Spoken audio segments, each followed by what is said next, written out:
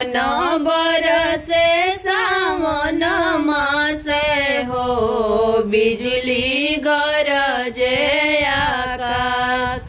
सावन बरसे सावन मासे हो, बिजुली गरजे आकाश। आमा जे गरजे पापा के आगे हो, बेटी भइली सयान। आमा जे गरजे पापा के आगे हो, बेटी भइली सयान। बरसे सावन मासे हो, बिजुली गरजे आकाश। सावन बरसे सावन मासे हो, बिजुली गरजे आकाश।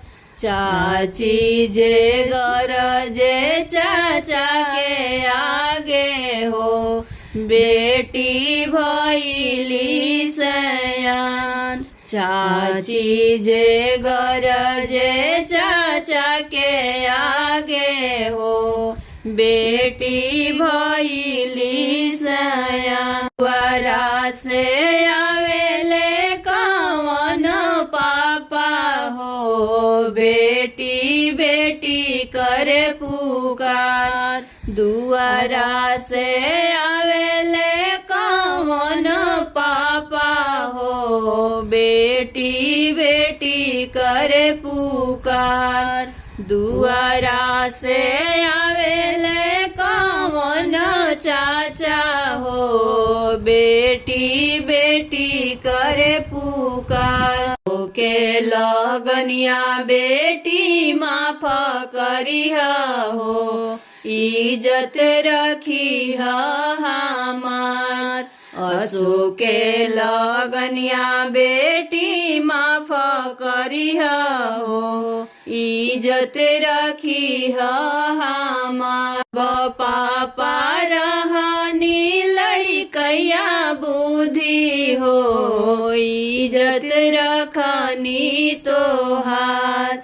जब पापा रहनी लड़कैया बुद्धि हो, इज्जत रखनी तोहार। हम भइनी सजन जोगे हो, इज्जत रखिए भगवान। अब हम भइनी सजन जोगे हो, इज्जत रखिए भगवान। सावन बरसे सावन मासे हो, बिजुली गरजे आकाश।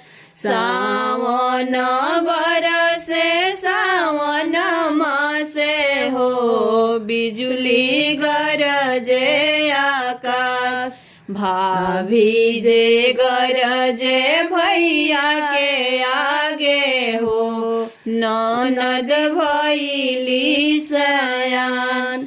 भाभी जे गरजे भैया के आगे हो, ननद भइली सयान। घरा से आवेले कवन भैया हो, दीदी दीदी करे पुकार। दुआरा से आवेले कवन भैया हो, दीदी दीदी करे पुकार। असो के लगनिया दीदी माफ करिह हो, इज्जत रखिह हमार। असो के लगनिया दीदी माफ करिह हो, इज्जत रखिह हमार। हम रहनी लड़कैया बुद्धि हो, इज्जत रखनी तोहार। अब हम भइनी सजन जोगे हो, इज्जत रखिए भगवान। अब हम भैनी सजन जोगे हो इज्जत रखिए भगवान बरसे सावन मासे हो बिजुली गरजे आकाश सावन बरसे सावन मासे हो बिजुली गरजे आकाश।